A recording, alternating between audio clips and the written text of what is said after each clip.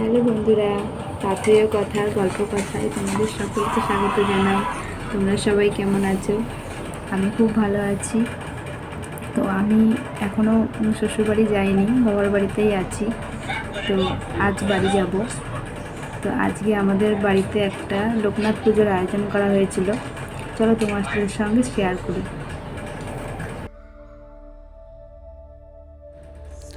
আজ লোকনাথ বাবার তিরোধান দিবস।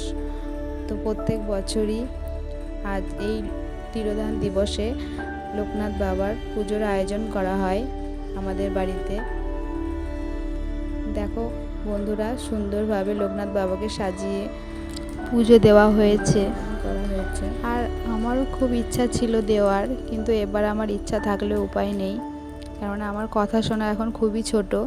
তো ওকে নিয়ে তো আমি অতক্ষণ উপোস করে থাকতেও পারতাম না, ওই জন্য মাই দিল পুজোটা। আমার বাচ্চাটা ছোট, একটু বড় হলে সামনের বার দিতে পারবো। তো তার জন্য আর দিইনি, ঠাকুরকে প্রণাম করলাম এইটুকুই। আর ঠাকুরের পুজোয় খিচুড়ি ছাড়া ঠাকুরের পুজোটা জমে না। তো ওই জন্য বাড়িতে একটু খিচুড়ি, একটু পাঁচমেশালি তরকারিও করা হয়েছিল। দেখো, তোমাদেরকে সেটাও তোমাদের সঙ্গে শেয়ার করি।